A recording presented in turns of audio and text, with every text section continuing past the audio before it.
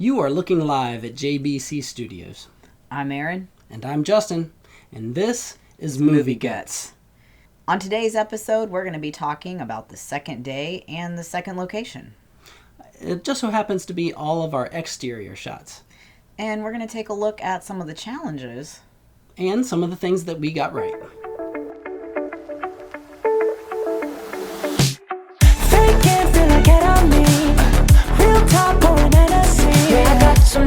I got some new feelings that make you uncomfortable. I like Let that. you know. Sorry, I had to interrupt. But no, I like that. It's high time we announce that. Yeah. All right. Happy holidays, everyone. This is our third episode, and we feel it is high time to announce that we are in pre-production of our second movie. And we're moving right along with the script and about to throw it into final script editing. We're also moving along with the casting. But for now, Let's watch a clip from our first movie, /Ceiling.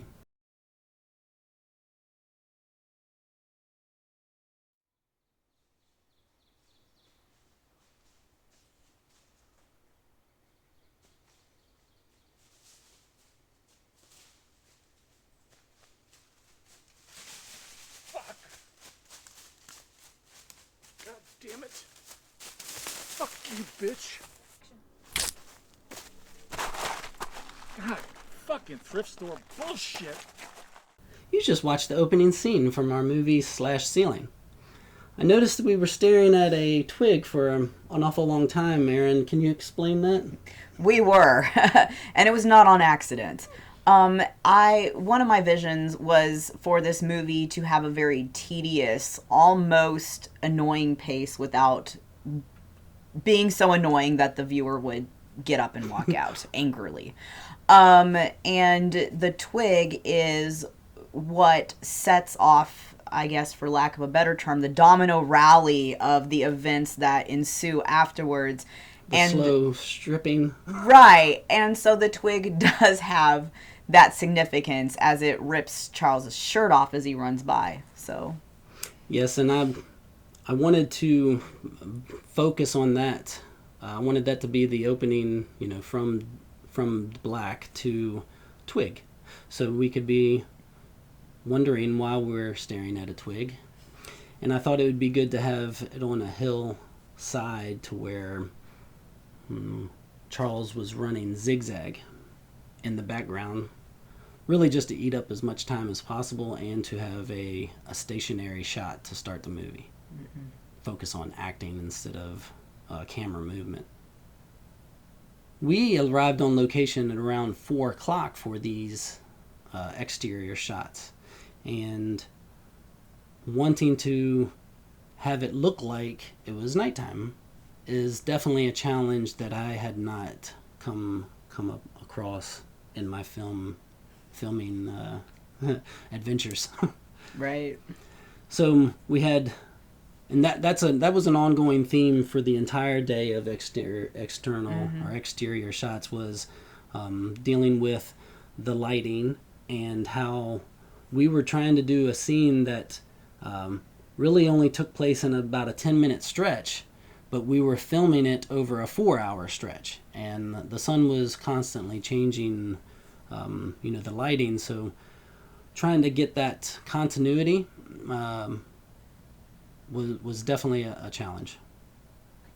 Absolutely. And, we'll see that in the next clip. But even going back to some of the sound, what I was impressed with was the getting it into post and listening to the audio playback in post, as opposed to on location where you're listening to the feedback, but yet you're still getting the feedback from the birds and everything going, and everybody's setting up equipment. Yes. On site, we're listening to the audio from my camera. Yes. Which is its own microphone. In post, we were able to hear, the audio from, on site we were able to hear the audio from the mics as well, but not in sync with the visuals. Right. So it makes it a challenge as well. But getting it into post, I was extremely impressed with the quality of the leaves crunching, and just the little nuanced sounds in that, and how when Charles, even before Charles runs into camera, we are bringing that sound in so you can hear that somebody's back there running, and then he comes on to camera. Yeah, kudos to the newer mics that I bought like 2 days prior to that shoot. Yeah. I think it was about maybe 3 or 4 days. I was like, I guess we're going to need some mics. And went on Amazon. It was able to pick up the leaves. What would you want to say? That was at least 100 yards away? I would say so. Maybe 90 to 120 yards away when he starts on top of the hill. And the microphone was just off to the left of camera. And we really lucked out with that location. We walked it at least twice, and we marked off all the points that we found as he was running. This is the twig. Yes. This is, and we're not going to show this clip, this is where the shoes come off, without giving too much away.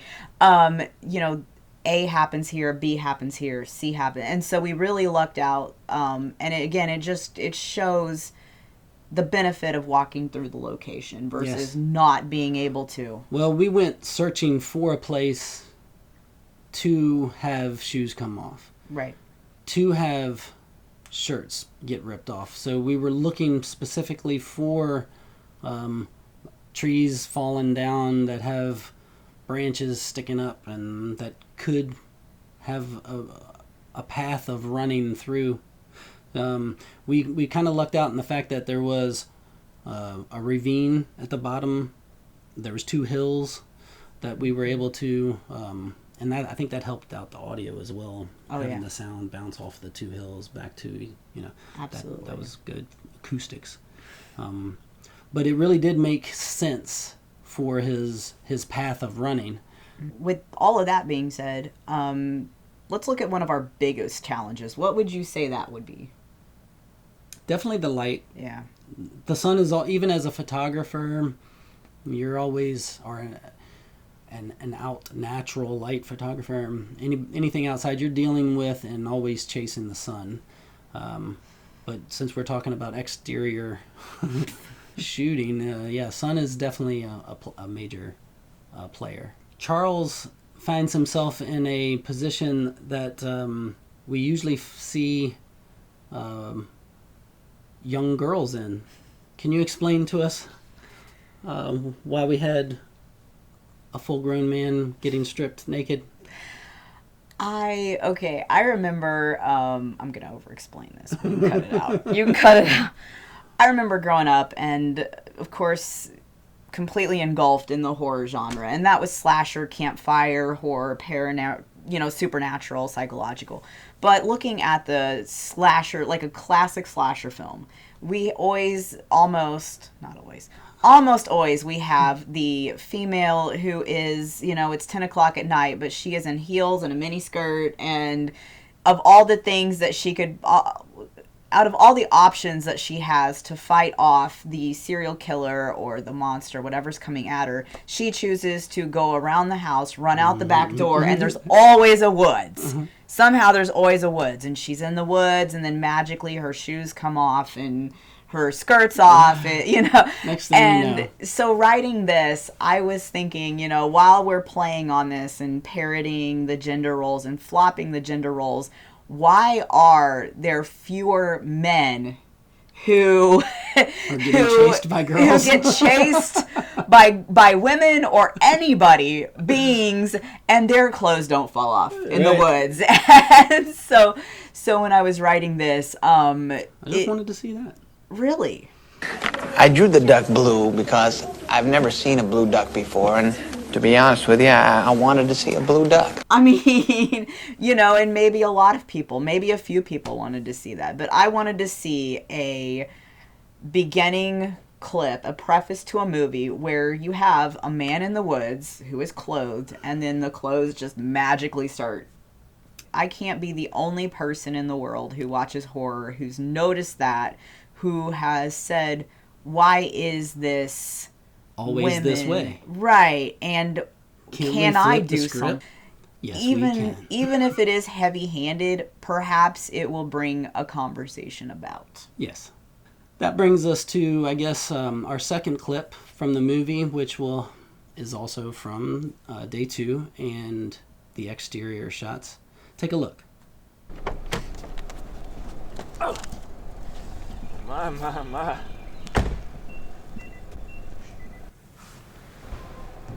Well, hey there, pretty lady. Need some help? Big, strong fella like me. Give you a hand.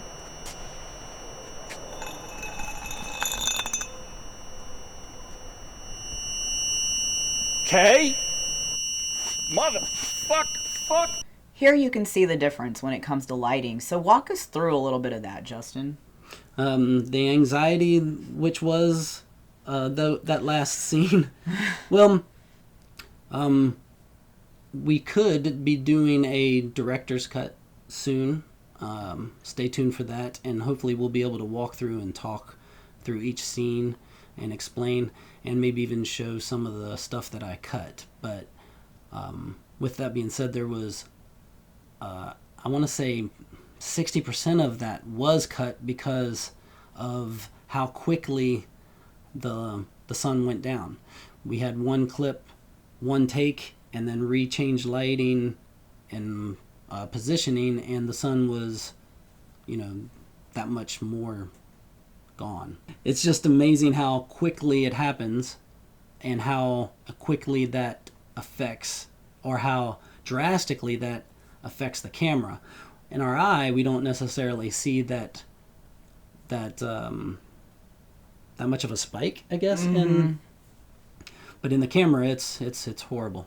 Right. And in fact, I remember being out there and I wanted another take or two of some of that footage. And I was like, we ain't got no time. Yeah, it was impossible. But fortunately, again, that goes back to good actors and, at least having a couple options to clip from, because we ended up having to cut so much out of that. Yep. When we had a shot list that was loose, and that was one of the bigger things that we learned from this movie was how storyboarding and shot lists are a must. Yeah. For efficiency. If we're going to be chasing the sun, who has its own schedule, then we have to be on our P's and Q's to be able to pull off the shots in the time allotted. You don't want to, or I don't want to ever get in a situation of having to recast or reschedule a shoot because we just ran out of sunlight. Right, and that was the last thing I wanted to do, was have to add on another pickup day. Aaron, I see Lewis continually getting Kai's name wrong. Can you tell us the significance behind ensuring that that was something that was a running theme? It came to me after the fact. It was one of those last minute script, oh, by the way, we're taking this out and adding this, in my mind. And it became the cherry on the sundae. So if Lewis is our main antagonist and, the big boss, as you will, in this whole and we wanted him pyramid, to be over the top, right, arrogant, over the top, assholeish. Right, and we're already being heavy-handed. So now we're going to put the cherry on the sundae and we're going to watch it all crumble because he can't even get her name. I mean, her name is Kay, or Kai. Oh my God. I It's can't tough, even get her man. name It's tough. right. It's a hard world. So now we're going to watch the sundae crumble because her name is Kai. He knows her name is Kai. He has been told her name is Kai, but he's still gonna Kay. And so that was just one of those Do you incredible think moments. is he doing that on purpose, or is he just still not? He cares so little about her that her name isn't going to be important to him, or is he doing it to rile her up? I have my ideas in my mind, but it's one of those pieces that I want to keep open. Big question mark. There's elements of my writing that I want to keep open where there's no right answer, there's no wrong answer. And while I have an answer in my mind of what I'm thinking about his character, I like it to be debatable, Yeah. where two people could watch the same Open-ended. film, right, and have all of those, any combination of those opinions. But let's roll on to the sound, and specifically that axe. Yes, Walk us through that.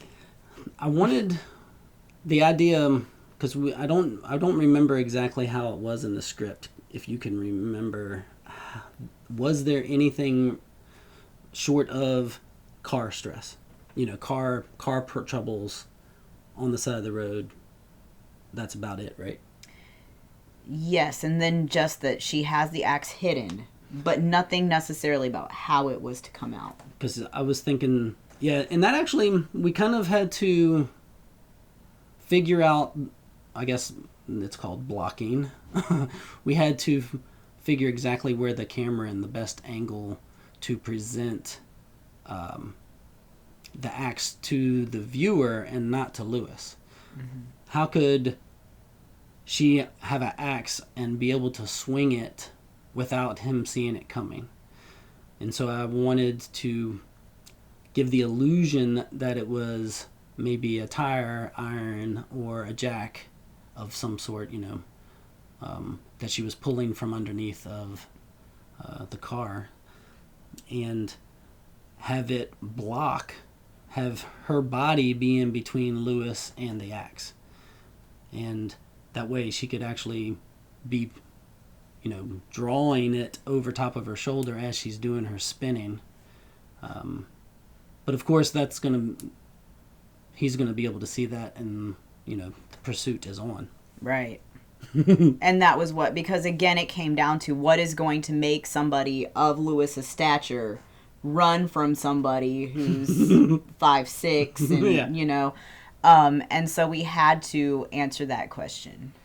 After someone starts running, we just want to assume that he's a coward at that point. Right. I mean, she He's has an overlooking axe. the fact that he is taller, stronger, bigger. Mm-hmm. Who cares? But then again, I'm gonna run anyway. Yeah, and that all just circles back to, we look at horror films and who cares that there's 20 knives over here? Yeah, right. And he's got a car running. His car's running. He could run straight to his car. He bypasses the running car to run straight into the woods. It's brilliant. Thank you. Where does that leave us? That leaves us going into next week, where we are going to look at That brings us to day what? Three of a three-day three-day shoot. pickup shoot. Yeah. So we'll be moving on to our final full day of shooting and explaining that. Where was that? That was interior, and we have the bathtub scene next week. So so we have kitchen and bathtub scene. Mm-hmm. So stay tuned, and we will be seeing you next week on Movie Guts.